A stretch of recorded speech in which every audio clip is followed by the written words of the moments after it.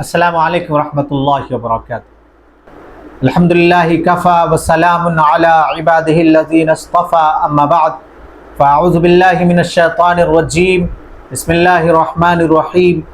الم تر کیف فعل ربک باصحاب الفیل الم یجعل کیدہم فی تضلیل وارسل علیہم طیرا ابابیل ترمیہم بحجارۃ من سجیل فجعلہم کعصف مأکول۔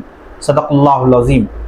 میرے محترم بزرگوں و دوستو، اس صورت میں اللہ تبارک و تعالیٰ نے اصحاب فیل کا واقعہ مختصر طور پر بیان کیا ہے کہ اللہ تبارک و تعالیٰ نے اپنے گھر بیت اللہ کی حفاظت اس طرح سے کی کہ جب اصحاب فیل کا لشکر وہاں پہنچا تو اللہ تبارک و تعالیٰ نے معمولی پرندے کے ذریعے سے ان سب کو ہلاک کر دیا۔ یہ واقعہ نبی کریم صلی اللہ علیہ وسلم کی پیدائش سے 55 دن پہلے کا ہے۔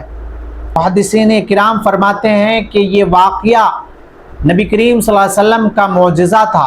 یہ واقعہ اس بات کی طرف نشاندہی کر رہا تھا کہ اب وہ نبی اس روئے زمین پر تشریف لانے والے ہیں۔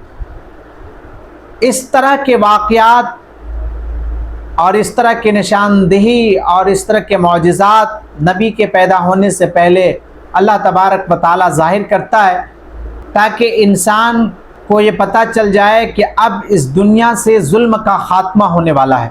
معجزہ نبوت کے ساتھ خاص ہے اور وہ نبی کی موجودگی میں ہوتا ہے، لیکن جو معجزہ نبی کے پیدائش سے پہلے ہی وقوع پذیر ہو جائے تو اس کو ارہاس کہتے ہیں۔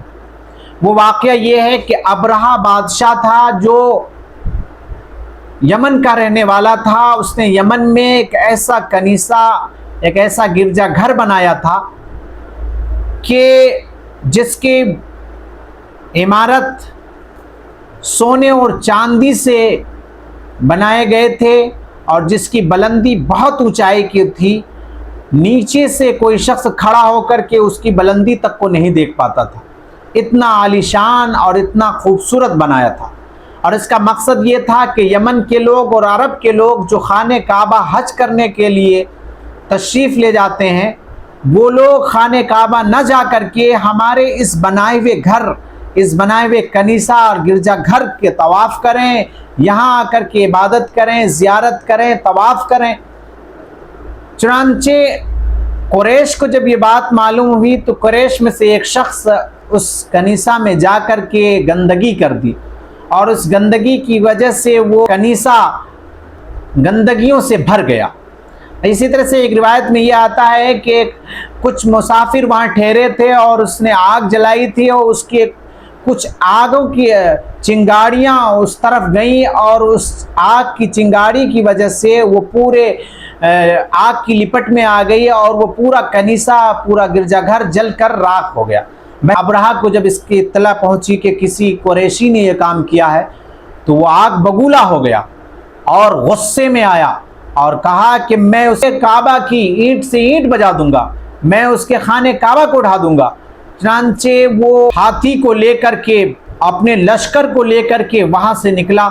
جب قریش کو معلوم ہوا کہ وہ بڑی آب و تاب کے ساتھ، شان و شوقت کے ساتھ اور ہاتھی کا لشکر لے کر کے مکہ پر چڑھائی کرنے والا ہے، تو کچھ لوگوں نے ہمت کی کہ میں اس سے مقابلہ کروں۔ ذو نفر نامی ایک شخص تھا، اس نے مقابلہ کیا لیکن وہ شکست سے دوچار ہوا اور ابرہہ کو فتح ہوئی۔ پھر اس کے بعد اور بھی آگے بڑھا تو وہاں بھی لڑائی ہوئی، لیکن ہر جگہ ابرہہ فتح یاب ہوتا چلا گیا اور دوسرے کو شکست ہوگی۔ ابرہہ کا لشکر بہت طاقتور تھا اور ہاتھی کا لشکر تھا، اس لیے کوئی شخص اس کے سامنے ٹکتا نہیں تھا۔ چنانچہ قریش والوں نے اس کے سامنے ہار مان لی اور کوئی بھی اس کے راستے میں نہیں آیا۔ پھر ابرہہ مقام مغمس پر پہنچا تو وہاں بہت سے اونٹ چر رہے تھے۔ ابرہہ کے لشکر نے سارے اونٹ گرفتار کر لیے، اس میں حضرت عبد المطلب کے بھی 200 اونٹ تھے۔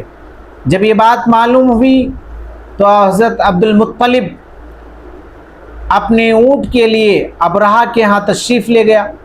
ابرہہ اپنے مسند پر بیٹھا ہوا تھا، لیکن جب حضرت عبد المطلب کو دیکھا، ان کی خوبصورتی کو، ان کی شان و شوقت کو، ان کے جاہ و جلال کو اور اس کی چمک دمک کو، ان کی پیشانی کو، تو بہت مرعوب ہوا اور وہ اپنے کرسی سے اپنے مسند سے اتر گیا اور کھڑا ہو گیا. حضرت عبد المطلب کو اپنے پاس بٹھایا اور کہا کہ بتائیے آپ کس لیے آئے ہیں؟ تو انہوں نے کہا کہ ہم تو 200 اونٹ اپنے لینے کے لیے آئے ہیں، لہٰذا ہمیں ہمارا اونٹ دے دیجئے اور دوسرے لوگوں کا اونٹ دے دیجئے، اور ہمارے آنے کا یہاں کوئی اور مقصد نہیں ہے. یہ بات سن کر کے ابرہہ تھوڑی دیر کے لیے اس کے چہرے کی طرف دیکھنے لگا کہ یہ میں کیا سمجھ رہا تھا اور یہ کیا بات کر رہا. میں یہ سمجھا تھا کہ خانہ کعبہ پر کوئی بات کرے گا، لیکن یہ شخص تو اپنے اونٹ کے بارے میں بات کر رہا ہے. تو عبد المطلب نے اس کا کوئی جواب نہیں دیا اور کہا کہ میں اونٹ کا مالک ہوں، مجھے اونٹ کی ضرورت ہے، اس لیے مجھے اونٹ دے دیجئے، اور خانہ کعبہ کا میں مالک نہیں ہوں. خانہ کعبہ ایک ایسی عظیم ہستی کا ہے جس کی حفاظت کرنا وہ خود جانتا ہے. چنانچہ عبد المطلب کو ان کے اونٹ واپس کر دیے گئے اور ابرہہ اپنی پوری شان و شوقت کے ساتھ مکہ کی طرف آگے بڑھا. عبد المطلب اپنے آدمیوں کو لے کر کے، اپنے سرداروں کو لے کر کے، اپنے قریشیوں کو لے کر کے خانہ کعبہ کے پاس پہنچا اور رو رو کر کے اللہ تعالیٰ سے دعا کی کہ یا اللہ، آج ایک بڑی طاقت اس گھر کو توڑنے کے لیے آ رہی ہے، آپ کا یہ گھر ہے، آپ اس کی حفاظت کر لیجئے. رو کر انہوں نے اللہ تبارک و تعالیٰ سے دعائیں کی. اللہ تبارک و تعالیٰ نے ان کی دعائیں سنی. چنانچہ جب ابرہہ صبح کے وقت پورے شان و شوقت کے ساتھ اپنے ہاتھیوں کو لے کر، اپنے لشکروں کو لے کر خانہ کعبہ پر چڑھائی کرنے کے لیے آیا، اس نے سوچا کہ میں خانہ کعبہ کے ستونوں کو زنجیروں سے باندھ کر کے اپنے ہاتھیوں کو ہنکا دوں گا اور اس طرح سے خانہ کعبہ کے ستون گر پڑیں گے اور ایک دم سے خانہ کعبہ مسمار ہو جائے گا. لیکن جو اس کا محمود نامی ہاتھی تھا وہ چلنے کے لیے تیار نہیں تھا. اسے بہت مارا گیا لوہے سے کہ کسی طرح سے وہ حملہ کرے، لیکن وہ کسی طرح سے راضی نہیں ہوا. جو قریش کے سرداران اور قریش کے لوگ تھے وہ سب مکہ کو خالی کر کے پہاڑ پر تشریف لے گئے اور وہیں سے انہوں نے دعائیں بھی کی اور وہ منظر بھی دیکھا کہ جب ابرہہ اپنے پورے لشکر کے ساتھ خانہ کعبہ کو گھیر لیا تھا اور خانہ کعبہ پر چڑھائی کرنے والا تھا، کر رہا تھا. قدرت حق جل شانہ کا یہ کرشمہ دیکھیے کہ اللہ تبارک و تعالیٰ نے دریا کی طرف سے کچھ پرندوں کی قطاریں بھیجی جس کے چونچ میں اور پنجوں میں چنے کے بقدر کنکریاں تھیں، اور اللہ تبارک و تعالیٰ نے اس کنکر کے ذریعے سے یہ کام لیا کہ وہ چڑیا جس آدمی پر، جس ہاتھی پر کنکر چھوڑتا تھا، کنکر پھینکتا تھا، وہ آدمی، وہ ہاتھی بھوسے کی طرح ہو جاتا تھا، ڈھیر ہو جاتا تھا، وہیں مر جاتا تھا. وہ چنے کے بقدر کنکر ریوالور کی طرح کام کر رہا تھا، بم کی طرح کام کر رہا تھا. چنانچہ اللہ تبارک و تعالیٰ نے سب کو نیست و نابود کر دیا. اس طرح سے اللہ تبارک و تعالیٰ نے اپنے خانہ کعبہ کی حفاظت کی. حضرت عائشہ رضی اللہ تعالیٰ عنہ کی ایک روایت ہے، وہ فرماتی ہیں کہ میں نے ہاتھی والوں میں سے 2 آدمی کو دیکھا کہ وہ اپاہج اور لنگڑا تھا. اسی طرح سے حضرت اسماء کہتی ہیں کہ میں نے ان 2 اپاہج اور لنگڑے کو دیکھا کہ وہ بھیک مانگ رہا تھا، اور ابرہہ کے ساتھ یہ ہوا کہ وہ وہاں سے بھاگا تو اس کے جسم پر اس کا زہر سرایت کر چکا تھا اور اس کا جسم گل سڑ کر کے الگ ہو رہا تھا. جب وہ مقام صنعاء پر پہنچا تو وہ بالکل اس کا جسم گل سڑ کر کے بہہ چکا تھا، اور اس طرح سے وہ خائب و خاسر ہوا اور ہمیشہ کے لیے دنیا سے نیست و نابود ہو گیا. اسی کو اللہ تبارک و تعالیٰ نے قرآن کریم میں فرمایا الم تر کیف فعل ربک باصحاب الفیل، کیا آپ کو معلوم ہے کہ اصحاب فیل کے ساتھ کیسا معاملہ ہوا. یہاں اللہ تبارک و تعالیٰ نبی کریم صلی اللہ علیہ وسلم سے ایسے کہہ رہے ہیں جیسا کہ لگتا ہے کہ اللہ کے نبی پاک صلی اللہ علیہ وسلم نے اپنی آنکھوں سے دیکھا.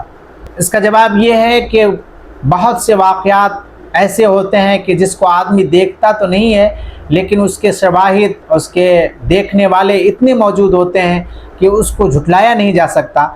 تو یہ واقعہ بھی بہت مشہور تھا اور سب لوگ جانتے تھے، اور بلکہ ابھی روایت میں آیا کہ حضرت عائشہ نے تو خود 2 آدمیوں کو دیکھا بھی تھا، اسی طرح سے حضرت اسماء نے بھی دیکھا تھا۔ تو اس لیے کہا کہ کیا آپ نے وہ اصحاب فیل کا واقعہ نہیں دیکھا کہ ہم نے ان کے ساتھ کیا معاملہ کیا؟ وہ معاملہ کیا تھا؟ پرندوں کے غول کو کہتے ہیں ابابیل۔ تو وہ ایک خاص پرندہ جو ہمارے ملک میں رائج ہے جس کو ابابیل کہتے ہیں، وہ پرندہ نہیں تھا، بلکہ وہ پرندہ تھا جو کبوتر سے چھوٹا تھا اور وہ پہلی مرتبہ دیکھا گیا تھا۔ اس پرندے کے ذریعے سے اللہ تبارک و تعالیٰ نے یہ کام لیا تھا کہ اس دشمنوں کو ہلاک کیا۔ وہ پرندے جس آدمی پر کنکریاں پھینکتا تھا، اس کنکری کی وجہ سے وہ بھوسے کی طرح ہو جاتا تھا، جس کو اللہ تعالیٰ نے کہا فَجَعَلَهُمْ كَعَصْفٍ مَّأْكُولٍ، کہ وہ کھائے ہوئے بھوسے کی طرح تھا۔ تو یہ واقعہ عبرت کے طور پر اللہ تبارک و تعالیٰ نے قرآن کریم میں فرمایا ہے، تاکہ اللہ تبارک و تعالیٰ کہ اس طاقت کا مظاہرہ کرے کہ کس طرح سے ایک چھوٹے پرندے کے ذریعے سے اللہ نے اپنے خانہ کعبہ کی حفاظت کی۔ وآخر دعوانا ان الحمد للہ رب العالمین۔